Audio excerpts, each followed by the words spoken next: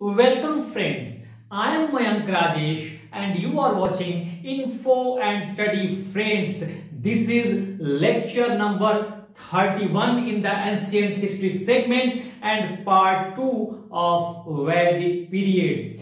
Basically, we have covered in the last video the time period and the origin of Vedic period. ठीक है, basically हमने वैदिक काल के बारे में, उसके कालक्रम के बारे में जाना था और साथ साथ ओरिजिन उत्पत्ति करता जो आर्यंस हैं उनके बारे में भी हमने चर्चा की थी। आर्यंस जो हैं उत्पत्ति करता है वैदिक पीरियड के, वैदिक सभ्यता के, तो इनके बारे में हमने जाना था। हमने कुछ पॉइंट्स बनाए थे कि हमें इन पॉइंट्स पे चर्चा करनी है। एक बार फिर हम 5 मिनट में रिव्यू कर लेते हैं पिछले क्लास का और उसके बाद डिटेल नहीं जाएंगे। उसके बाद हम आज की वीडियो पर आ जाएंगे। जो आज की वीडियो का हमारा मेन पॉइंट है उस पे हम डिस्कशन करेंगे। तो जब हमने वैदिक पीरियड की शुरुआत की थी, वैदिक पीरियड की शुरुआत की थी पिछले क्लास में, ठीक है, तो हमने इसे 4 मेन पॉइंट्स में डिवाइड कर दिया था, 4 पार्ट में डिवाइड कर दिया था। एक तो हमने कहा था टाइम पीरियड की बात, ठीक है, ये टाइम पीरियड यानी इसका समय क्या था, समय क्या है उसके बारे में हमें जानना था। दूसरी बात हमने की थी ओरिजिन के बारे में, उत्पत्तिकर्ता के बारे में, उत्पत्ति के बारे में। तो उत्पत्तिकर्ता माना गया है आर्यंस को, मैंने बताया था। और इसमें मैंने ये बता दिया था आपको कि इसके जो ओरिजिन करता है, उत्पत्ति करता है आर्यंस, उनके हैबिटेशन को लेकर, उनके निवास को लेकर, वो ओरिजिनली कहां के रहने वाले थे, ठीक है, इसको लेकर अलग अलग स्कॉलर्स ने अलग अलग अपने मत दिए हैं। कुछ लोगों ने हिंदुस्तान में ही माना है उनका ओरिजिन और कुछ लोगों ने विदेशों की बात की है, फॉरेन ओरिजिन की बात की है। लेकिन सेंट्रल एशिया से जो आर्यंस आए कहा गया मैक्स मुलर के द्वारा, इसको एक्सेप्ट किया गया है। सर्वमान जो सिद्धांत है मैक्स मुलर का है आर्यंस के ओरिजिन के बारे में, ये भी मैंने बता दिया था, जिसपे आज हम थोड़ा सा 5 मिनट में इसको देख जाएंगे, ठीक है, ताकि you can get well connected with the topic. और आज का जो टॉपिक है हमारा सोर्सेज को लेकर है, सोर्सेज यानी कि स्रोतों को लेकर है, जिसका आज हमारा बस एक सोर्सेज जो है होगा उसका एक इंट्रो पार्ट होगा। हम सरसरी निगाहों से देखेंगे, ये भी लेक्चर जो होगा लंबा होगा, लेकिन हमें पहले जाना है कि क्या क्या चीजें पढ़नी है हमें, फिर हम एक एक पॉइंट को उठाएंगे और आगे चलेंगे। और जो आखिरी पॉइंट है वो है फीचर्स यानी विशेषताओं को देखेंगे। देखिए हर जगह ये हमने देख लिया, अब इस पे भी आएंगे तो कई पॉइंट्स बनेंगे। जैसे जैसे पॉइंट्स ओपन होते जाएंगे हम डिवाइड करते जाएंगे अलग अलग पार्ट्स में अपनी सुविधा के अनुसार, ठीक है। लेकिन 4 मेन पॉइंट्स हैं, ये हमने बता दिया था ओरिजिन को, लेकिन फिर भी हम जान जाते हैं। मैं मैप बना लेता हूं ताकि आपको दिक्कत ना हो समझने में। देखिए जब हमने ओरिजिन की बात की थी तो ये इंडिया का मैप हो जाता है, ठीक है, मोर और लेस।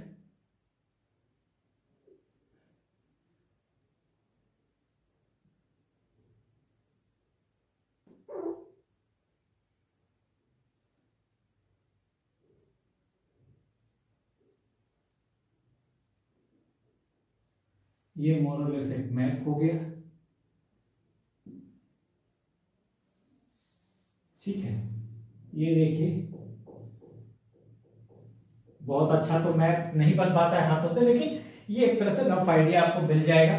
तो मैंने ये बताया था कि कुछ स्कॉलर्स हैं जिन्होंने कहा कि वो उनका ओरिजिन जो है वो ओरिजिनली कहाँ के निवासी हैं, कहाँ के हैबिटेंट हैं, तो वो भारत में कई जगहों से बताया गया। और कुछ लोगों ने बाहर की बात की, उसको हम एक ही साथ देख लेते हैं, ठीक है।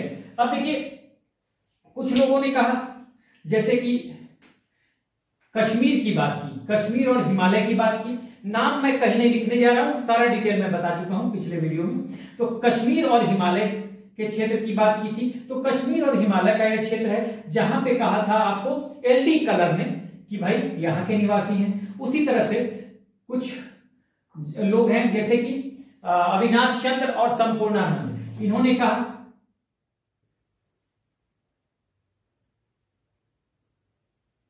सप्त सैंधव प्रदेश, इंडस रिवर का जो इंडस रिवर जो सिस्टम है, हाँ, इसमें इंडस रिवर है, फिर आपको झेलम है, झेलम के बाद आपको चेनाब है, रावी है, हाँ, व्यास है और सतलज है। साथ साथ हम सप्त सैंधव प्रदेश में सरस्वती को भी रखते हैं। सरस्वती नदी आज तो नहीं है, लेकिन वर्तमान समय में at present the river that is called Ghaggar Hakra. तो ये जो घग्घर हाकड़ा रिवर है, इसी को आज सरस्वती का स्वरूप माना जाता है। ठीक है, तो सरस्वती नदी भी सप्त सैंधव प्रदेश में ही माना जाता है। ठीक है, तो ये सप्त सैंधव प्रदेश जो है ये इंडस, झेलम, चेनाब, रावी, व्यास और ये लास्ट में ये सतलज नदी है। ठीक है ना, तो यही जो, और सरस्वती भी आ जाता है इसमें, तो सरस्वती भी आ जाती है। तो यही जो सप्त सैंधव प्रदेश है, ठीक है, सप्त सैंधव प्रदेश, इसी को कहा गया, मैंने बताया था पिछले वीडियो में, इसको कहा था कि संपूर्णानंद और अविनाश चंद्र ने कि यहां के ओरिजिनल हैबिटेंट थे। ठीक है, कौन?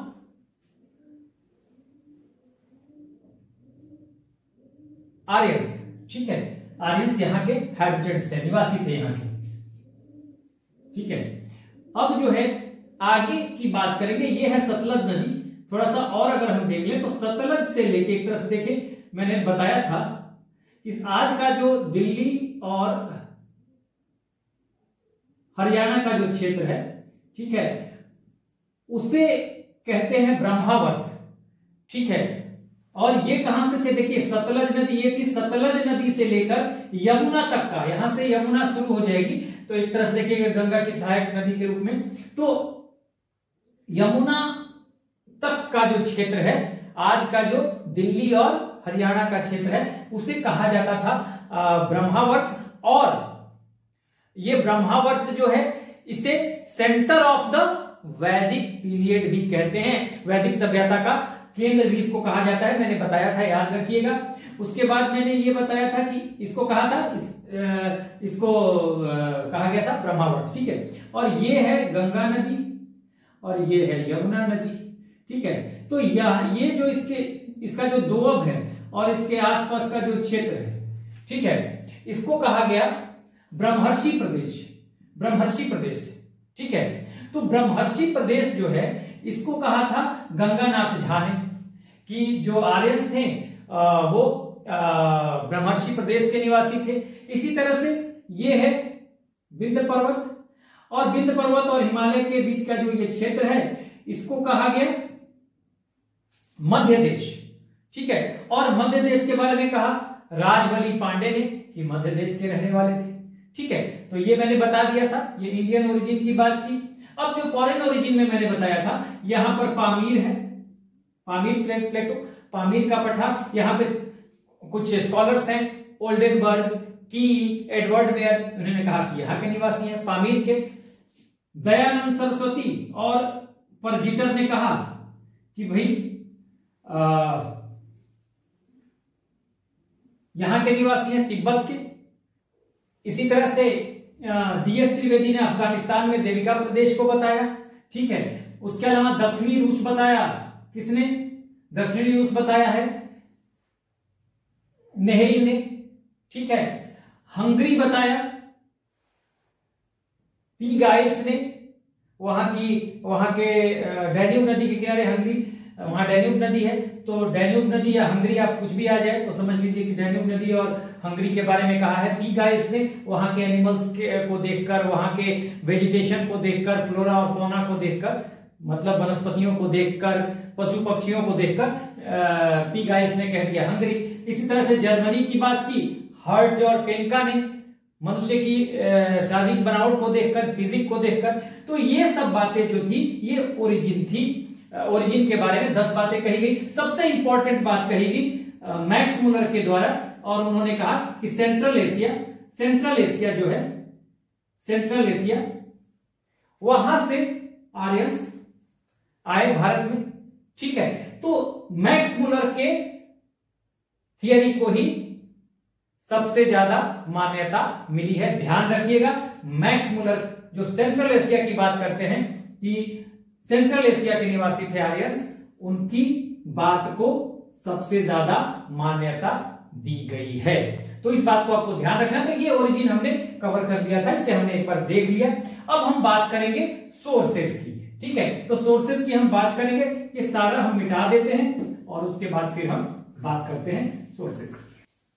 तो जब हम सोर्सेज की बात करते हैं, वैदिक पीरियड के सोर्सेज की बात करते हैं, सोर्सेज की बात करेंगे, तो इसे भी हम पहले दो सेगमेंट में बांटते हैं।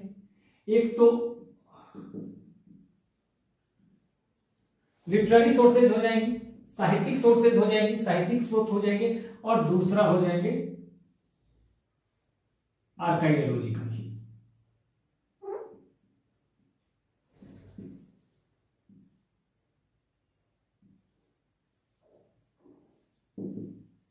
आर्काइवोलॉजिकल सोर्सेज हो जाएंगे,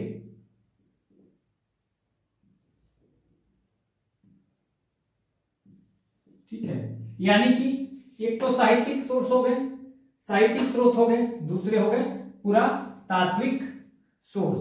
तो दो तरह के सोर्स हो गए हमारे पास। किसी भी इतिहास में जब भी आप जाएंगे तो दो तरह के ही सोर्सेज मिलेंगे, ठीक है, साहित्यिक और आर्काइवोलॉजिकल यानी पुरातात्विक। तो अभी हम लिटरेरी की बात बाद में करते हैं, वेदों की बात करेंगे, वेद ब्राह्मण की बात करेंगे। पहले हम आर्कियोलॉजिकल सोर्सेज की बात कर लेते हैं, ठीक है। तो आर्कियोलॉजिकल सोर्सेज को भी हम बांट सकते हैं 3-4 पार्ट में, ठीक है।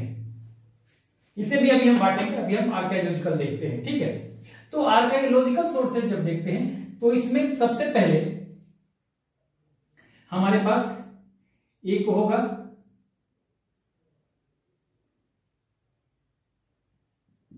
इंस्क्रिप्शन, इसको भी हम बांटेंगे इंस्क्रिप्शन, ठीक है। और उसके बाद हम बांटेंगे पॉटरी यानी मृदभांड। तो इसमें हमें बहुत कुछ नहीं जानना है, खाली दो चीजें जाननी है कि मृदभांड जो होंगे ना, एक तो ओसीपी होंगे, ठीक है, ओकर्ड कलर्ड पॉटरी यानी कि गेरू वर्णीय, गेरू वर्णीय, गेरुआ कलर का, उस तरह का ये ओसीपी होगा, पॉटरी होगा। और दूसरा पीजीडब्ल्यू, पीजीडब्ल्यू का मतलब पेंटेड ग्रे वेयर, हाँ, चित्रित धूसर मृदभांड।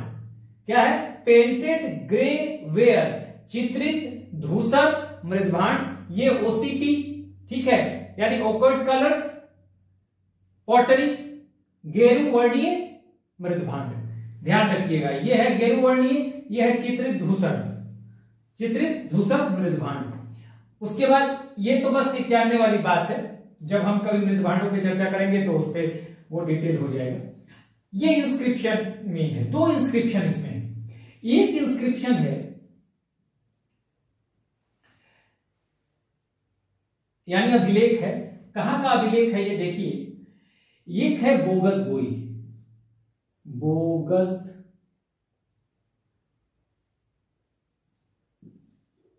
गोई, कोई भी लिखा हुआ मिलेगा, बोगस गोई, ठीक है ना, बोगस गोई। हिंदी में भी मैं लिख देता हूं ताकि दिक्कत ना हो, बोगस गोई, कहीं के से भी लिखा होगा तो स्पेलिंग में बहुत किताबों में फर्क आ जाता है। मैं बार बार कहता हूं कि बहुत ज्यादा आप स्पेलिंग पे नहीं जाएंगे, इतिहास में हर जगह कई किताबों में थोड़ा थोड़ा स्पेलिंग में अंतर आ जाएगा, कुछ इस तरह की जब चीजें आएंगी, ठीक है। एक तो बोगस गोई का इंस्क्रिप्शन है, ठीक है, और दूसरा है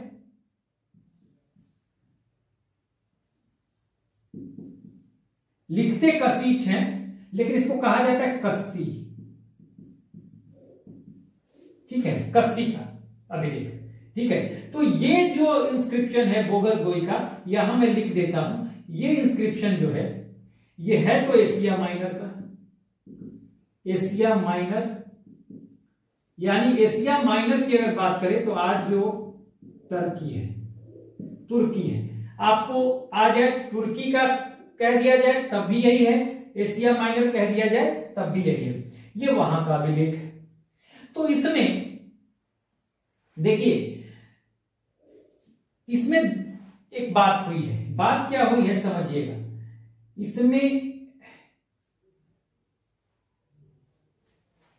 दो ट्राइब्स हैं और उसके किंग हैं, ठीक है, कबीले हैं, ट्राइब्स का मतलब, एक है हित्ती कबीला और दूसरा है मितन्नी कबीला। मैं यहां पर लिख देता हूं, ठीक है, हित्ती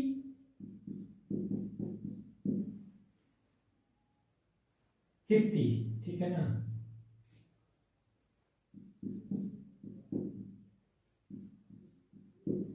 हित्ती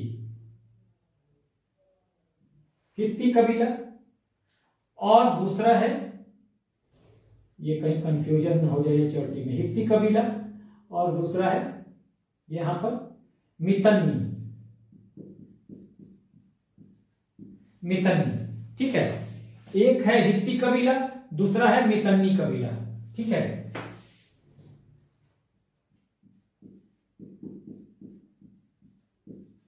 मितन्नी, ठीक है। अब इसके जो किंग है इनका नाम है सुबीलम्मा,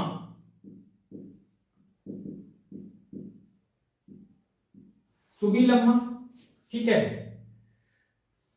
और इसके जो किंग है मितन्नी, हितन्नी कबीला के किंग है सुबीलम्मा, मितन्नी कबीले के किंग है कौन, यहां के किंग है मत्यु अजा, मत्यु अजा, ठीक है। स्पेलिंग में मैं बार बार कह रहा हूं कि आपको अंतर आ जाएगा, इसलिए स्पेलिंग पर बहुत ज्यादा ध्यान नहीं देना है, मत्यु अजा, ठीक है, सुबीलम्मा और मत्यु अजा, ठीक है। तो अगर कहें तो मैं इसको हिंदी में भी लिख दूं,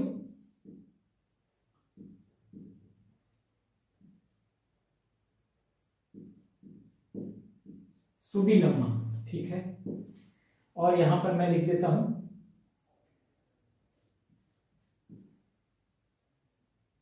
मत्यु अजा, ठीक है, मत्यु अजा। तो ये दो, अभी इसको भूल जाइएगा, अभी लिटरेरी नहीं पढ़ा रहा हूं मैं आर्कियोलॉजिकल पढ़ा रहा हूं, ठीक है। सुबीलम्मा और मत्यु अजा, हित्ती कबीला मितन्नी कबीला, हित्ती कबीले के किंग है, एक तरह का कबीला है, ट्राइबल्स है ये, ठीक है, सुबीलम्मा, और ये है मत्यु अजा। इनमें होती है फाइट, ठीक है, और फाइट होगी, और फाइट के बाद, लड़ाई होने के बाद इनमें एक होगी ट्रीटी, संधि होगी, ठीक है ना।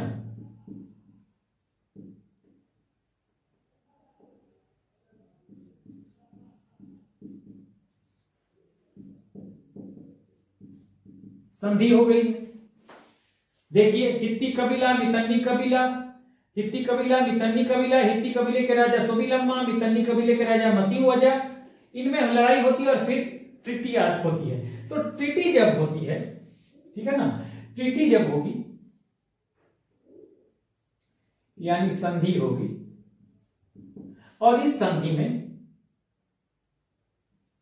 इनको कसम खिलाई जाएगी, ये कसम खाएंगे, शपथ लेंगे 4 देवताओं की। ये 4 देवता कौन कौन से हैं देखिएगा, ये 4 देवता जो हैं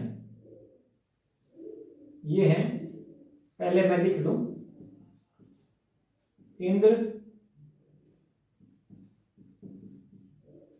मित्र,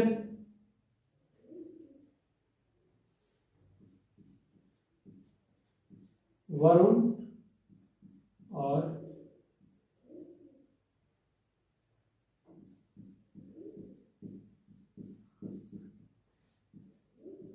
ना सकते हैं। देखिए, थोड़ा मैं इसे नीचे ही कर देता हूं, ना सकते, ठीक है। देखिए, इंद्र,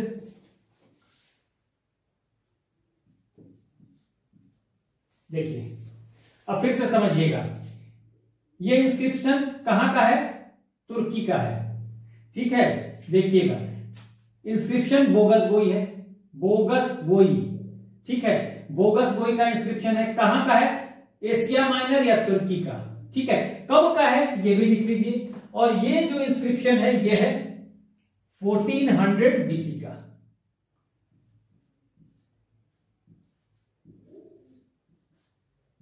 1400 बीसी का। तो ध्यान रखिएगा,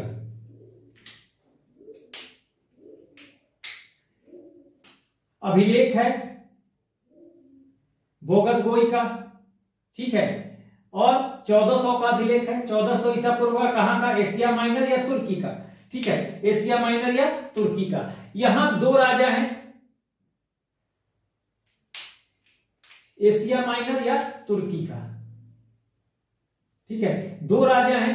एक राजा है सुबिलम्मा जो हित्ती कबीले का है, दूसरा राजा है मतिवजा जो मितन्नी कबीले का है। दोनों में लड़ाई होती है और युद्ध होता है, वॉर होता है। उसके बाद एक ट्रीटी यानी कि संधि होती है। इस संधि में 4 देवताओं की कसम खिलाई जाती है और ये देवता है इंद्र, मित्र, वरुण और नासत्य। नासत्य को ही अश्विन देवता भी कहते हैं। ये औषधियों के यानी कि मेडिसिन के देवता हैं। तो ये वैदिक देवता है।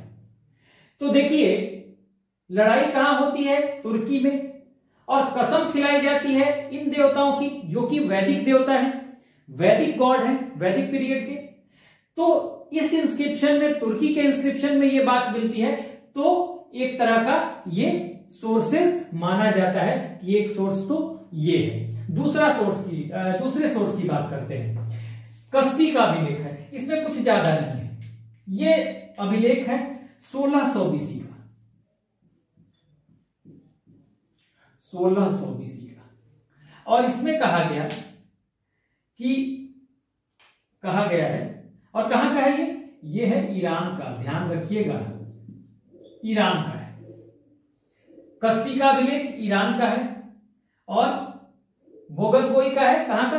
तुर्की का, एशिया माइनर का। कस्सी का अभिलेख है ईरान का, ठीक है। अब इसमें कहा गया कि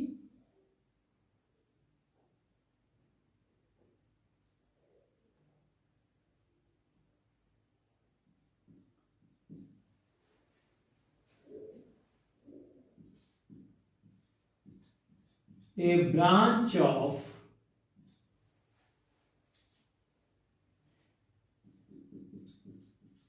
Irani Aryans came to India. A branch of Irani Aryans came to India. शायद मुझे हमेशा लगता है कि शायद मैंने बहुत छोटा लिख दिया हो, इसलिए मैं बार बार लिखता हूं।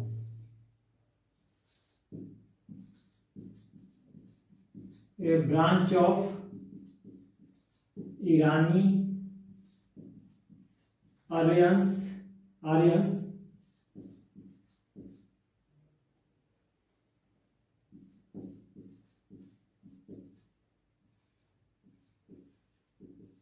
came to India. ईरानी आर्यों की एक शाखा जो है वो भारत आई। ये लिखा हुआ है कस्सी के अभिलेख में। कस्सी का अभिलेख कहां का है? कस्सी का अभिलेख ईरान का है, ठीक है। कस्सी का अभिलेख ध्यान रखिएगा ईरान का है। कब का है? 1600 बीसी का, 1600 ईसा पूर्व का। इसमें क्या कहा गया? A branch of Irani Aryans came to India. ईरानी आर्यों की एक शाखा भारत आई। तो ये दो महत्वपूर्ण जो इंस्क्रिप्शन है इसको याद रखना है। एक तो बोगसगोई, दूसरा कस्सी, ठीक है। बोगसगोई कहां का है? एशिया माइनर का। कस्सी कहां का है? ईरान का। बोगसगोई का समय क्या है? 1400 बीसी। कस्सी का समय क्या है? 1600 बीसी, ठीक है। बोगसगोई में क्या कहा गया? दो कबीले हैं, हित्ती कबीला, मितन्नी कबीला। हित्ती के राजा हैं या किंग हैं सुबिलम्मा, मितन्नी कबीले के राजा है मतिवजा, ठीक है।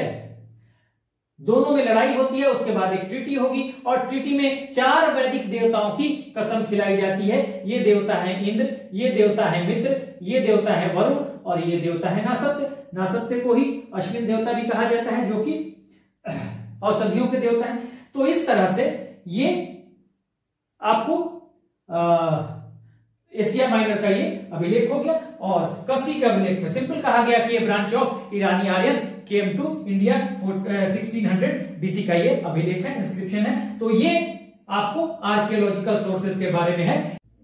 एक बात मैं और बता दूं जो कि बहुत महत्वपूर्ण है जानना आपके लिए, लिख नहीं रहा हूं, कि आर्कियोलॉजिकल सोर्सेज में ही हरियाणा में भगवानपुरा से एक मकान मिला है, एक हाउस मिला है, हैविंग 13 रूम्स, 13 कमरों वाला एक मकान मिला है। पंजाब में भी कुछ स्थल मिले हैं जिनको कि वैदिक पीरियड के आर्कियोलॉजिकल एविडेंसेस के रूप में इस्तेमाल किया जाता है और कहा जाता है कि ये इससे बहुत कुछ जानकारियां मिलती हैं हमें। तो ये तो हमने आर्कियोलॉजिकल सोर्सेज की बात कर ली। अब हम लिटरेरी सोर्सेज के बारे में जानेंगे और इसमें एक तरह से बस आज हम इंट्रो ही लेंगे, क्योंकि इसको तो हम एक एक पॉइंट उठाकर देखने वाले हैं। बहुत विस्तृत है जो सोर्सेज है, बहुत ही विस्तृत है, बहुत ही बड़ा ये पार्ट है वैदिक पीरियड का। तो अभी हम इसको देखेंगे लिटरेरी पार्ट को, ठीक है। इसे मैं मिटाता हूं।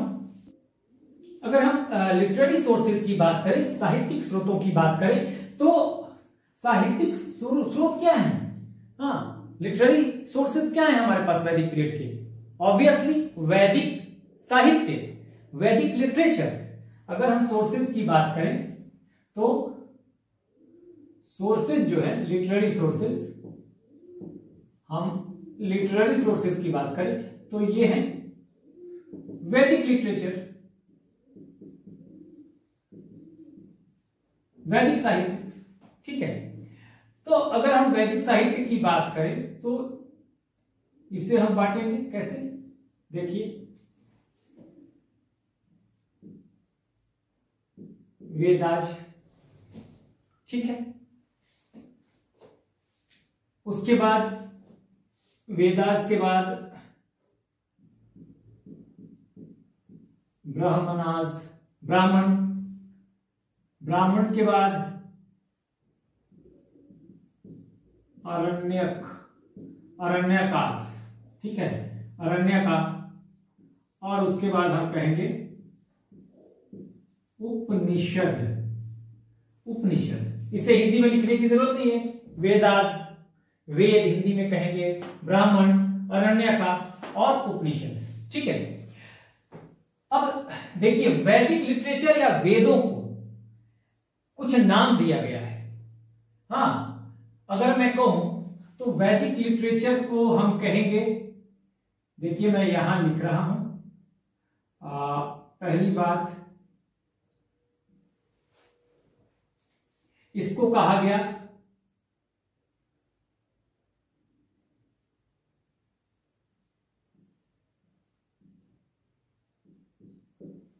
श्रुति, इसको कहा गया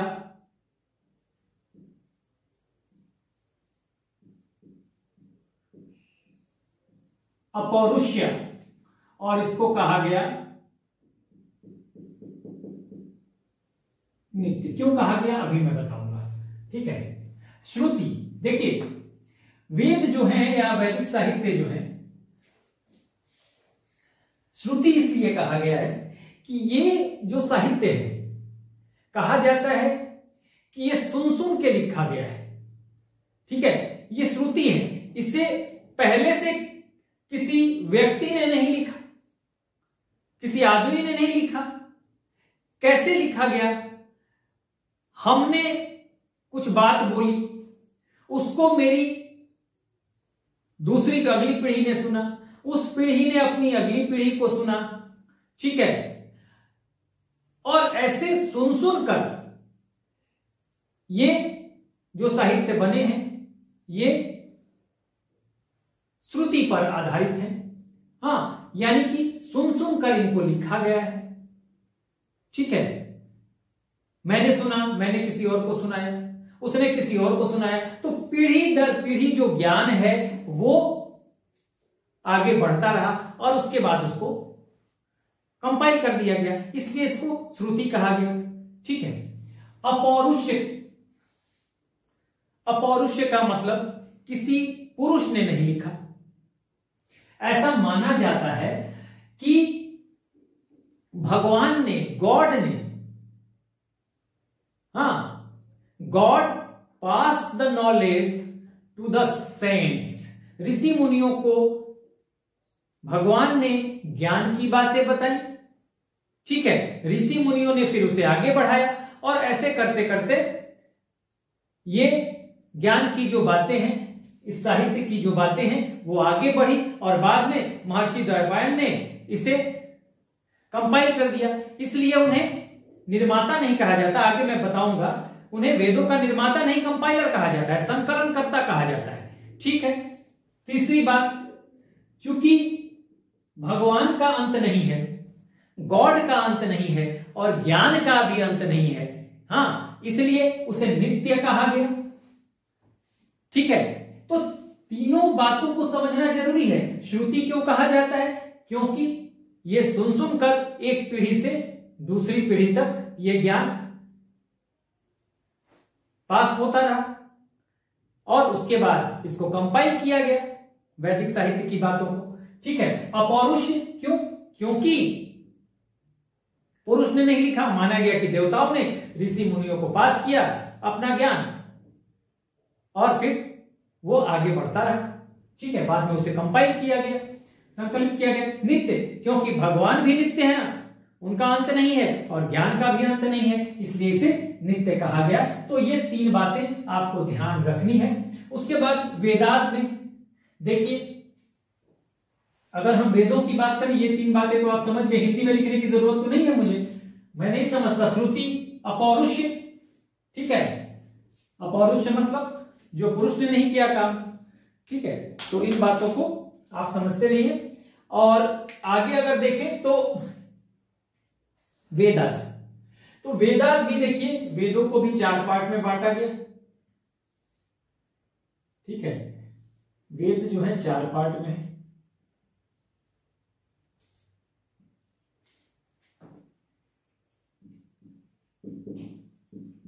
ऋग्वेद,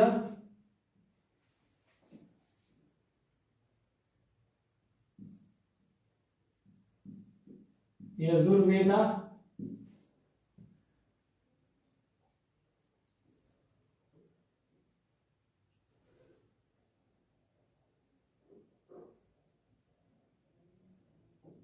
थोड़ा मैं नीचे लिखूं, नहीं तो ये फिर यहां पे मुझे लिखने में दिक्कत हो जाएगी। ठीक है, चलिए,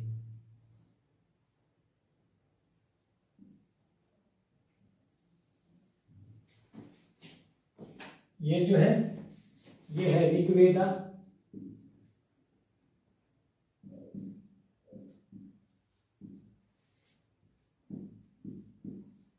यजुर्वेद,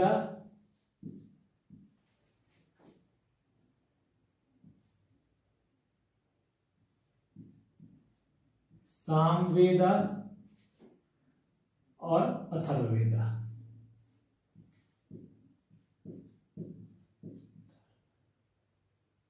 अथर्व,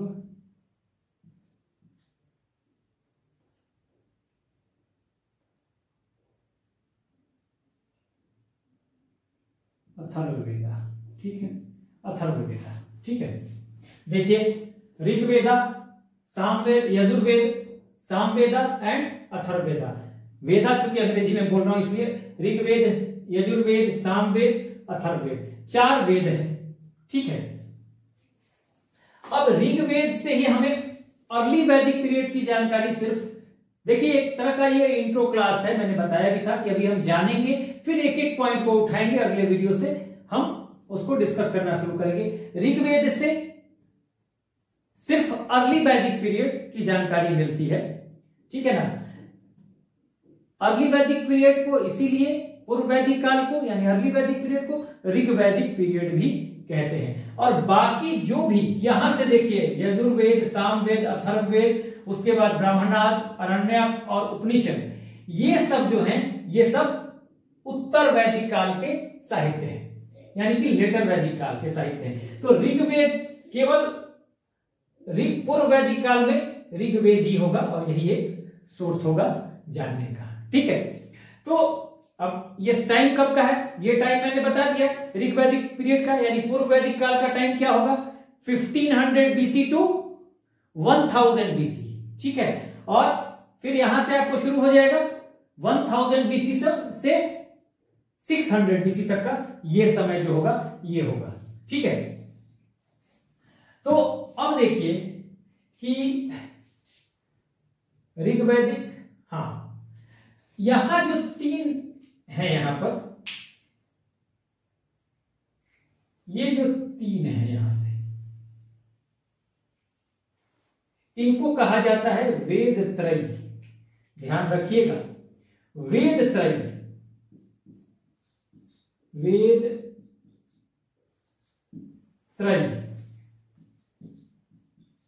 वेद त्रयी। ठीक है, अब ये वेद त्रयी क्यों कहते हैं? क्योंकि देखिए, इन 3 वेदास में,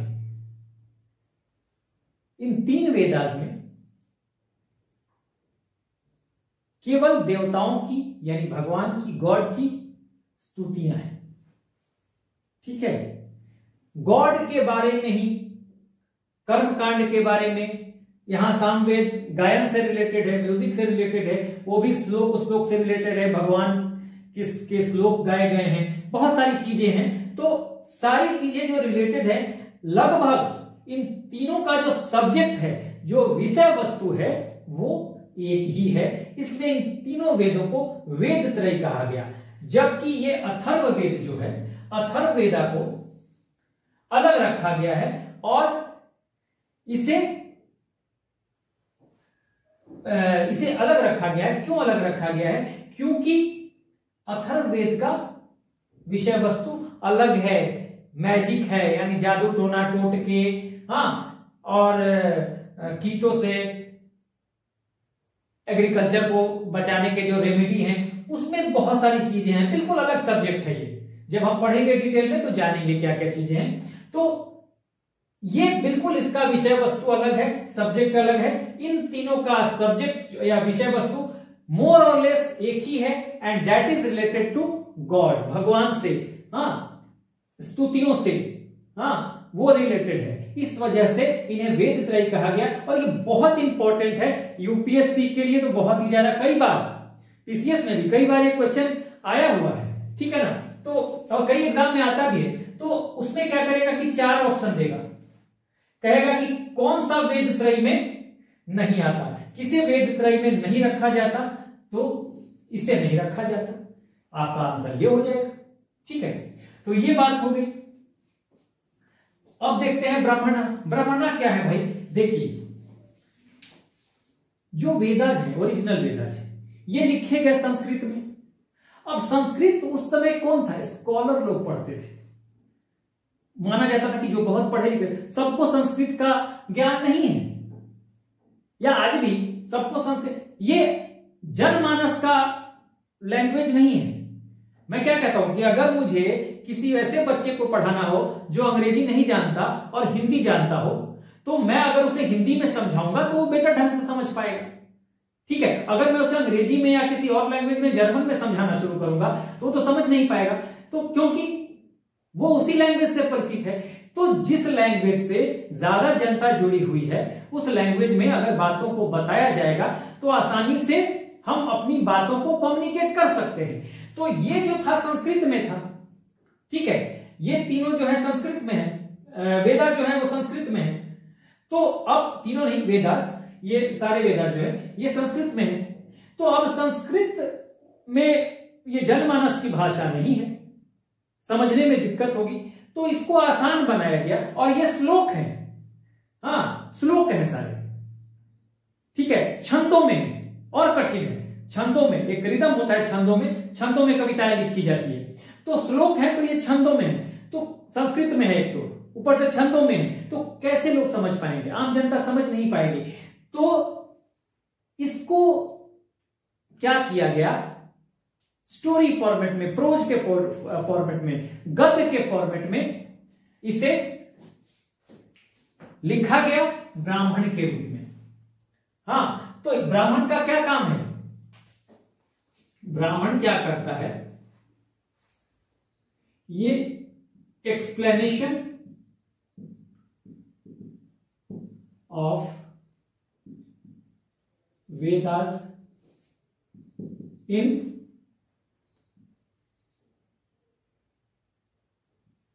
इजी लैंग्वेज,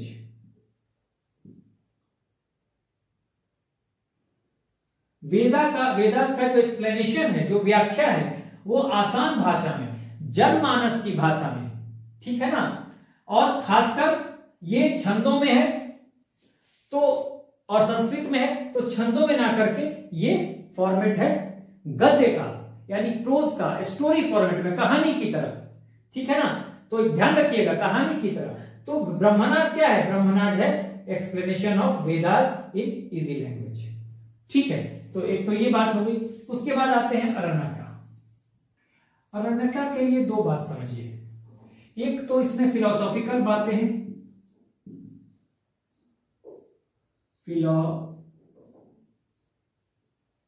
फिलॉसफी है, और प्लस मिस्ट्री है, मतलब रहस्यवादी बातों को मिस्ट्री है, ठीक है। सीक्रेसी है, मिस्ट्री है। अरण्यका का क्या है? देखिए, ये उस तरह का साहित्य है जिसे विद्यार्थियों ने, अरण्यक का मतलब क्या होता है? फॉरेस्ट, जंगल, ठीक है। अरण्यक का मतलब ही होता है जंगल। तो विद्यार्थियों ने जंगल में जाकर, या सन्यासियों ने जंगल में जाकर स्टडी किया, वहीं पे पढ़ा और वहीं पे लिखा चीजों को। और किस बारे में लिखा? दार्शनिक पक्ष के बारे में, हाँ, आत्मा परमात्मा के बारे में, मिस्ट्री के बारे में, रहस्यवादी चीजों को लिखा, हाँ, मिस्ट्री ऑफ लाइफ, इन सब चीजों को लिखा। तो फिलॉसफी, दर्शन और रहस्य, इन दोनों चीजों पर जोर दिया गया है अरण्यका में। और अरण्यक जो है वो लिखा गया है जंगलों में, ठीक है। तो ये बात आपको ध्यान रखना है। अरण्यक से मतलब ये फॉरेस्ट, तो जंगल में रहकर विद्यार्थियों द्वारा, स्टूडेंट्स के द्वारा या सन्यासियों के द्वारा पढ़ा गया, लिखा गया, तो ये अरण्यक है। अब उपनिषद, देखिए उपनिषद में दो बातें आएंगी। एक तो उपनिषद का मतलब क्या होता है? उप। अगर हम हिंदी में लिखें तो इसको लिखेंगे, हिंदी में लिखेंगे उप निषद। उप और निष, तो उप का मतलब होता है नजदीक, ठीक है। निष का मतलब होता है बैठना। अगर पूरा हम मतलब इसका लिखें तो उपनिषद का जो मतलब हो जाएगा, उसका मतलब हो जाएगा सिट डाउन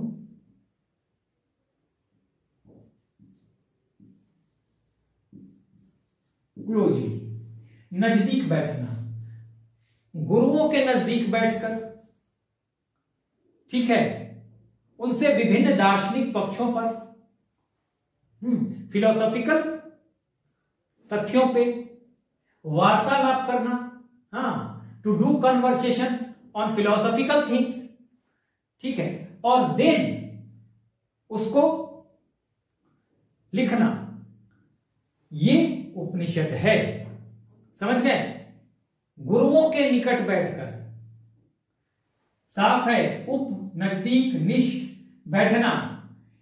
और आपको यह ध्यान रखना है, सिट डाउन क्लोजली, किसके क्लोज में बैठना है? गुरु के नजदीक में बैठना है।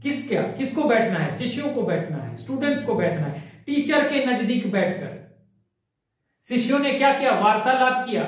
गुरुओं के नजदीक बैठकर शिष्यों ने वार्तालाप किया ब्रह्म के बारे में, आत्मा के बारे में, ठीक है ना, परमात्मा के बारे में। और ये जो वार्तालाप है, ये जो कन्वर्सेशन है, उसी को लिखा गया उपनिषद में, ठीक है। तो ये है उपनिषद। और उपनिषद कहते हैं that is the closing part of the Vedas. तो इसको एंड ऑफ द वेदा कहते हैं, closing part of the Veda कहते हैं, and that's why this is also called Vedant. Vedant देखिएगा, मैं यहां पे लिख देता हूं, या यही लिख देता हूं, यही लिख देता हूं, वेदांता। वेदांत यानी कि वेदों का अंत, ठीक है ना।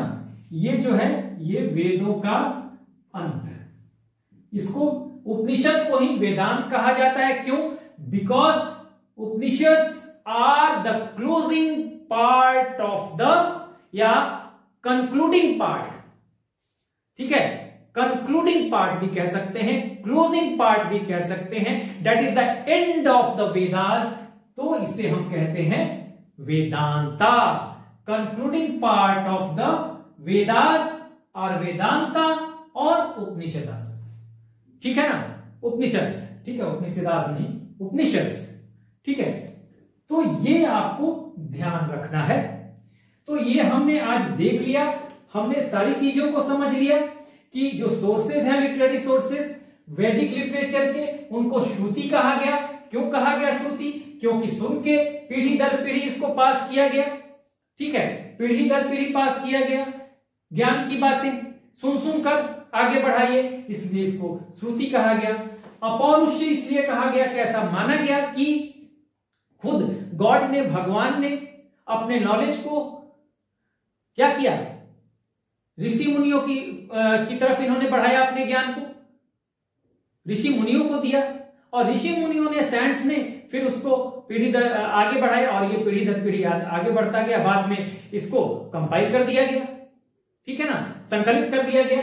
तो ये बात किसी पुरुष ने नहीं लिखा, ये भगवान की बातें हैं, भगवान ने ज्ञान की बातें ऋषि मुनियों को बताई, और फिर वो जेनरेशन टू जेनरेशन आगे बढ़ा, और बाद में उसकी अच्छी बातों को, जो इंपॉर्टेंट चीजें हैं, उनको कंपाइल कर दिया गया, संकलित कर दिया गया। इसलिए पुरुष ने नहीं लिखा था। अपौरुषीय, नित्य, भगवान अनंत है, ज्ञान भी अनंत है, यानी नित्य है, तो नित्य कह दिया गया। तो ये बातें थी वेदास के बारे में। 4 मुख्य वेदा, ऋग्वेद, यजुर्वेद, सामवेद, अथर्ववेद, इन तीनों को वेद त्रयी कहा गया, क्योंकि इसमें जो भी बातें हैं वो गॉड से रिलेटेड है, भगवान की स्तुतियां हैं, गॉड की स्तुतियां हैं, ठीक है। तो इनको वेद त्रयी कहा गया। अथर्ववेद अलग है, क्योंकि इसमें जादू टोना, वशीकरण, हाँ, वो सब चीजें हैं, कृषि का, कीटों से बचाव, इसके बारे में कहा गया है। विषय वस्तु इन तीनों का मोर और लेस एक है, इसलिए वेद त्रयी कहा गया। इसका विषय वस्तु यानी कि सब्जेक्ट बिल्कुल अलग है, इसलिए इसे अलग रखा गया, वेद त्रयी में नहीं रखा गया। लेकिन आगे चल के यही पॉपुलर होगा, सबसे ज्यादा पॉपुलर अथर्ववेद। अगर पॉपुलैरिटी की बात करके सबसे ज्यादा लोकप्रिय कौन सा है, तो आंसर ये हो जाएगा। लेकिन जब कहा जाएगा कि वेद त्रयी कौन सा नहीं है, तब भी आंसर ये हो जाएगा, ये वेद त्रयी नहीं है, लेकिन सबसे लोकप्रिय चारों में अथर्ववेद है, ठीक है। और उसके बाद हमने वेदास पढ़ा। वेदास को देख लिया। ब्राह्मणास क्या है? Explanation of Vedas in the easy language, जनमानस की भाषा में, जिसे सामान्य जनता समझ सके, तो वो समझ सके, उसकी व्याख्या है। हाँ, उसको गद्य के फॉर्म में, स्टोरी के फॉर्म में, कहानी के फॉर्म में, प्रोज के फॉर्म में ये किया गया। अरण्य क्या? अरण्यक फिलॉसफी, दर्शन और रहस्य की बातें हैं इसमें, ठीक है। विद्यार्थी द्वारा जंगल में बैठकर या सन्यासियों द्वारा जंगल में बैठकर पढ़ा गया, लिखा गया, ठीक है। तो अरण्यक का कहलाया ये। उसके बाद उपनिषद। उपनिषद क्या है? इसका मतलब ये होता है सिट डाउन क्लोजली। किसके क्लोजली बैठना? गुरुओं के क्लोजली बैठना, उनसे वार्तालाप करना। किस बारे में? दार्शनिक पक्षों पे, हाँ, आत्मा के बारे में, परमात्मा के बारे में, ब्रह्म के बारे में, और फिर उसको लिखना, ये उपनिषद कहलाया।